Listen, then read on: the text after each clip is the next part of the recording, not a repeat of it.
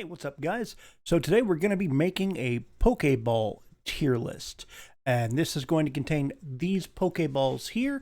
And this tier list is going to be based off of my use of these Pokeballs and how helpful I think they are for catching, raising, etc.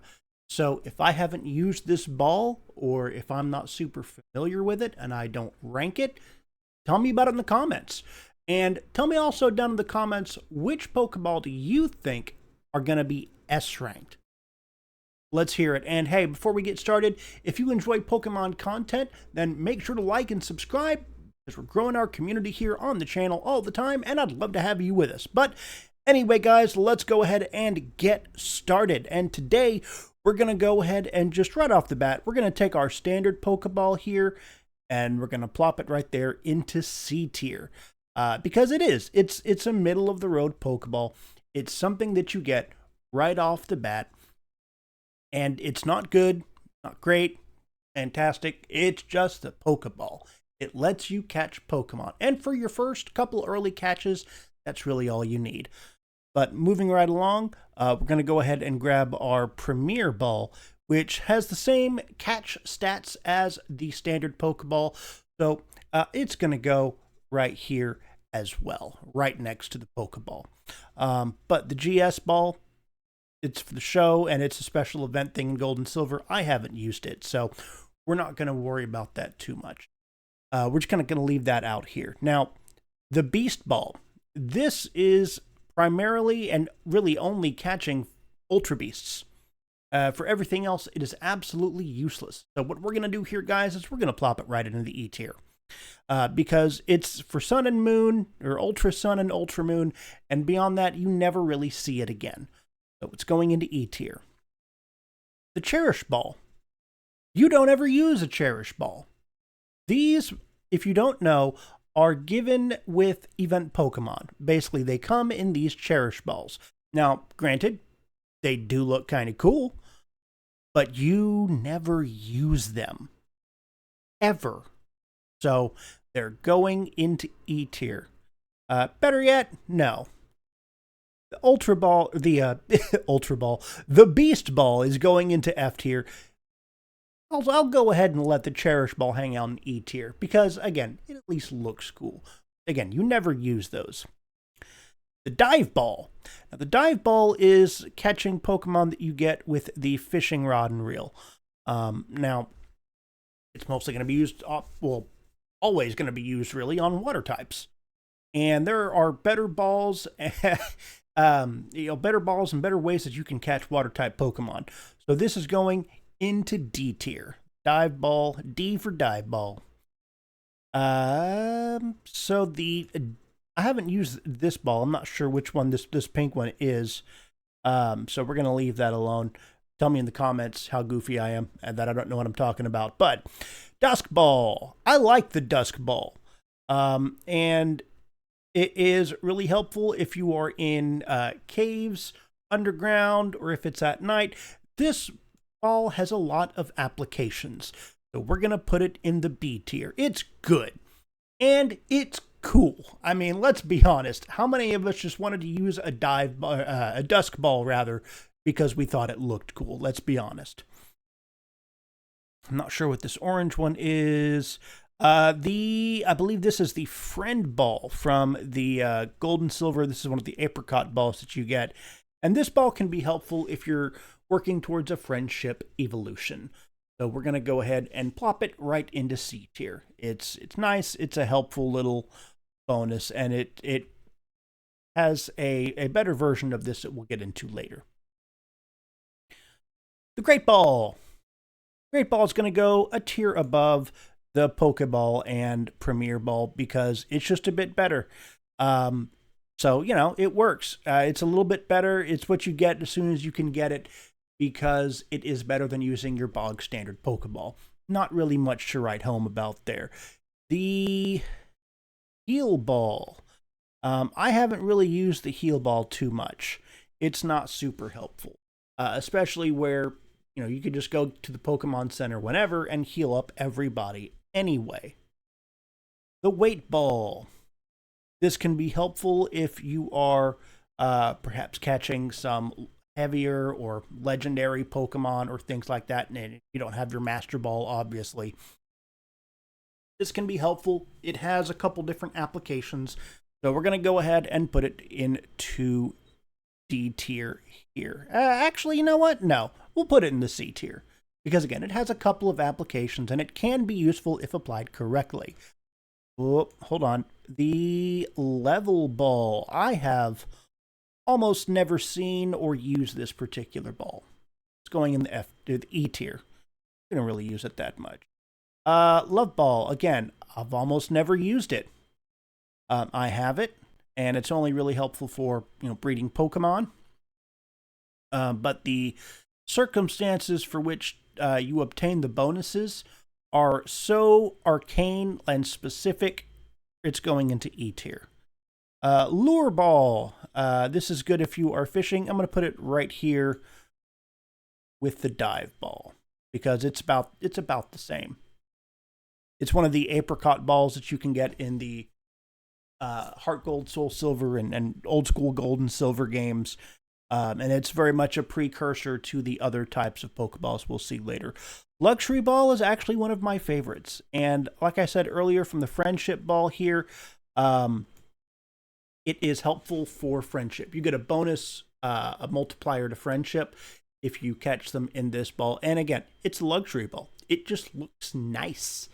If I want to catch a cool Pokemon that I'm going to use for anything really, I want it to look nice. And so the Luxury Ball helps with that. It's just overall great design, great ball, great effect.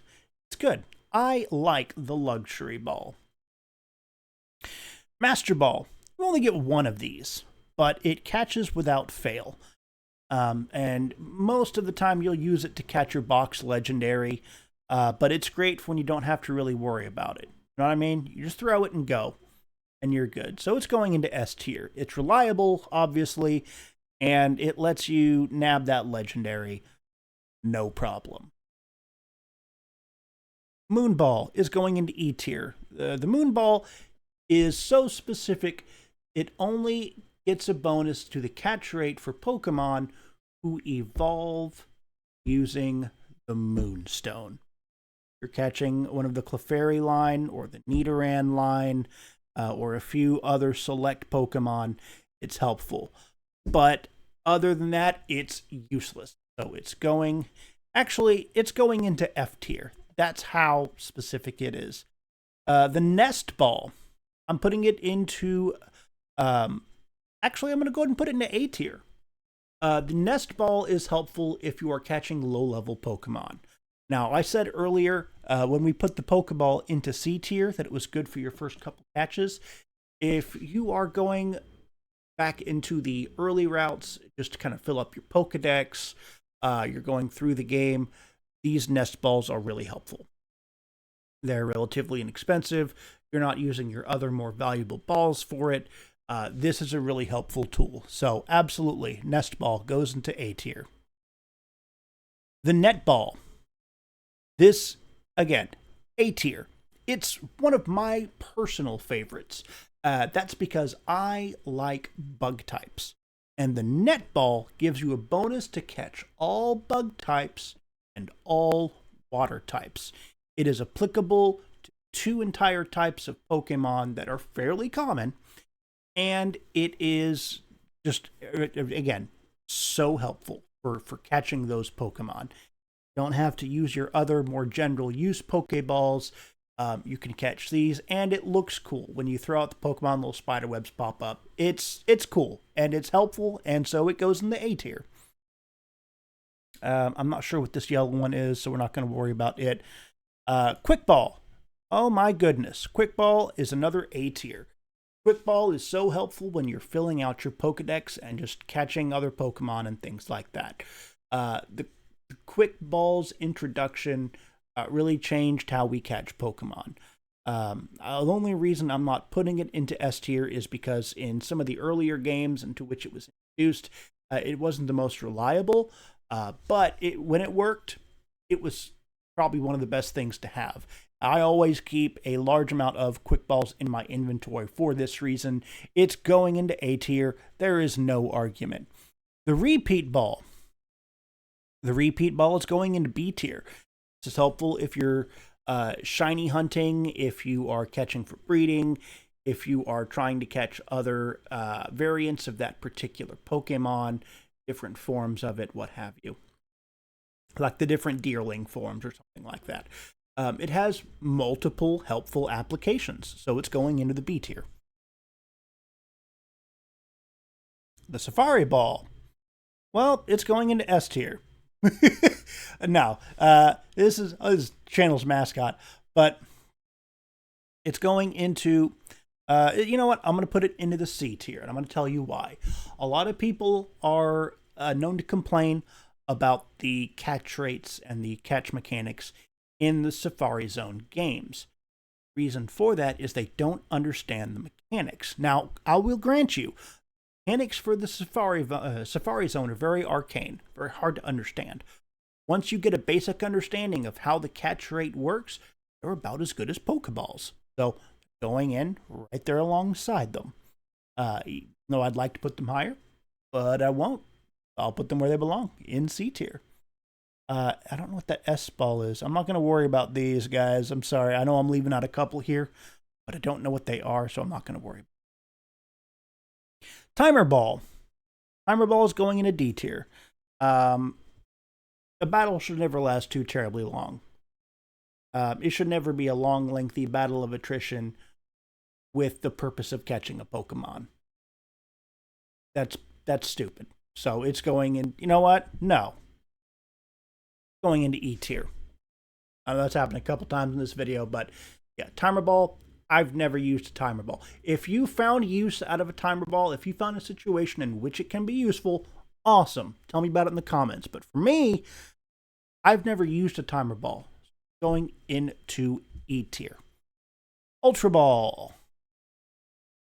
Ultra Ball is going into A tier. Because obviously we have the C tier average Pokeball, we have the Great Ball, and we have the Ultra Ball, natural progression. And when nothing else will do, when you're out of the specialized balls for catching them, you usually, if you have it, you go Ultra Ball because you want the highest catch rate. That is what the Ultra Ball delivers consistently across the board. So it's consistent.